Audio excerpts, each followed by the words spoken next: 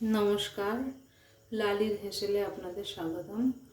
আজকে আমি আপনাদের বানিয়ে দেখাবো কিভাবে নরম পাকের সন্দেশ বানাতে হয়। প্রথমেই দেখতে পাচ্ছেন এখানে জলে ঝরানো ছানা নিয়েছি। ছানাটাকে আমি ভালো করে হাতে করে মেখে নেব। 2-3 মিনিট মথতে হবে যেন নরম একদম মাখনের মতন হয়ে যায়।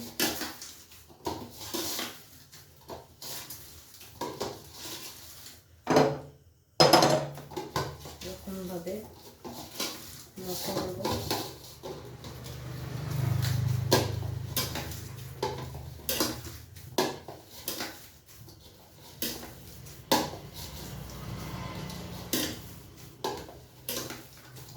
দেখছেন অনেকটা নরম নরম হয়েই গেছে, আরও একটু মথে নিতে হবে, নাহলে ছানাটা দানা দানা হয়ে যাবে।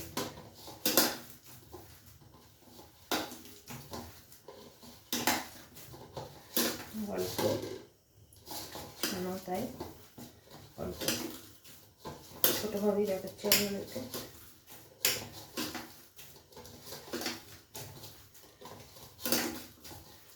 দেখুন প্রায় হয়েই এসেছে, এই দেখুন প্রায় হয়েই গেছে। দেখুন ছানাটা কত সুন্দর গোল পাকানো যাচ্ছে, হয়েই এসেছে। এরপর আমি গ্যাসের ফ্লেমটা অন করে দেবো, কড়াই চাপিয়ে দেবো, তো ছানাটাকে দিয়ে দেবো।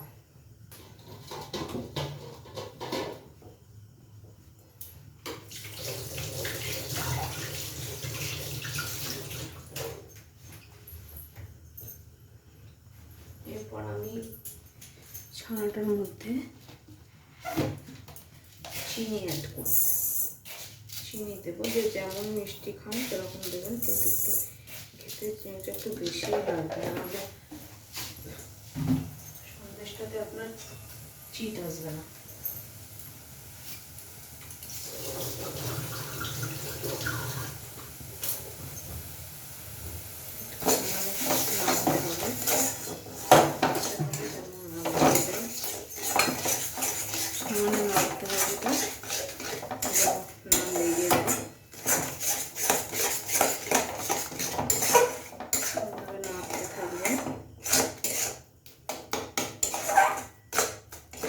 আপনারা দেখতে পাচ্ছেন হয়তো ছানার মধ্যে মাঝে মাঝে কালো কালো কিছু একটা হয়ে গেছে, আসলে এটা কী বলতো, আমি ঘি বানিয়েছিলাম, সেই খুন্তিটা আমি ধুয়েছি কিন্তু একটু লেগেছিল।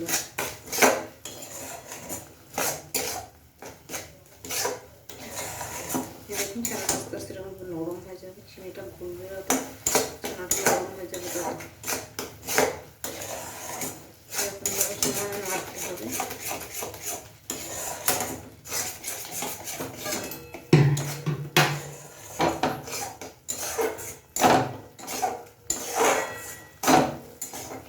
নাড়তে থাকবেন, আস্তে আস্তে দেখবেন এটা শক্ত হতে শুরু করবে।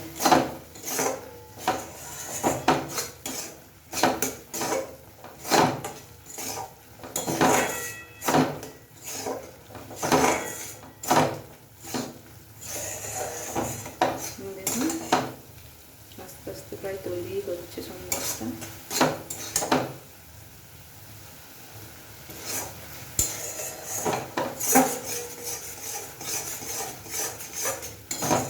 যত নেওয়াবে তত ভালো নিচে জমবে জিনিসটা।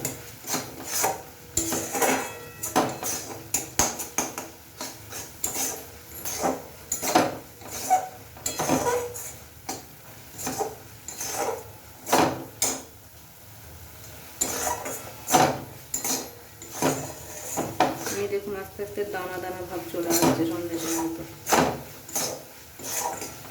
আরেকটু নাড়তে থাকবো, যেহেতু আমি নরম পাকের সন্দেশটা বানাচ্ছি সেহেতু আমি বেশি চিনি এতে দেবো না, আর বেশি শক্তও নামাবো না। এই দেখুন জাস্ট হয়েই এসেছে, দেখতে পাচ্ছেন আগের মতন আর লদে লদে ভাবটা নেই।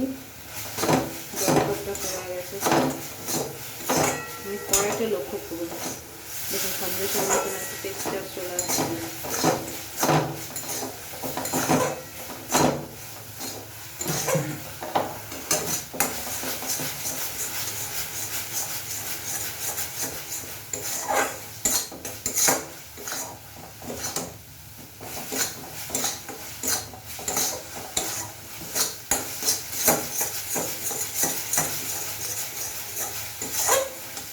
এই দেখুন মন্ডর মতন হয়ে গেছে তৈরি। আপনি চাইলে এতে ঘি দিতে পারেন, চাইলে এলাচের পাউডার দিতে পারেন, পেস্তা দিতে পারেন, কিন্তু এক্ষেত্রে আমি কিছুই দেবো না, কারণ পেস্তা বাদাম আমার কাছে এই মুহূর্তে এখন নেই। এলাচটা আছে কিন্তু পাউডার নেই, ঘি আছে কিন্তু দেবো না।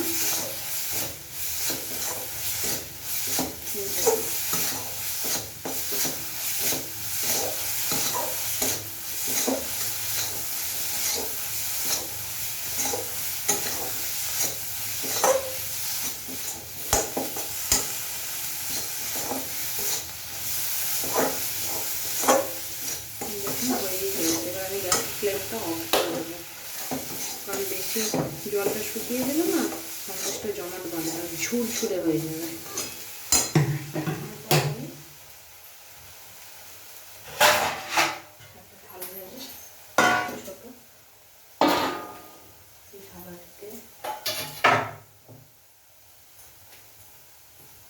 এই দেখুন আমি এটা ঘি ভিজিয়ে দিলাম, তাহলে সন্দেশটা উঠতে সুবিধা হবে।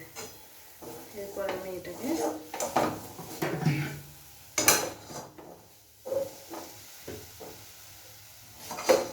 থালাটার মধ্যে তুলে নেব।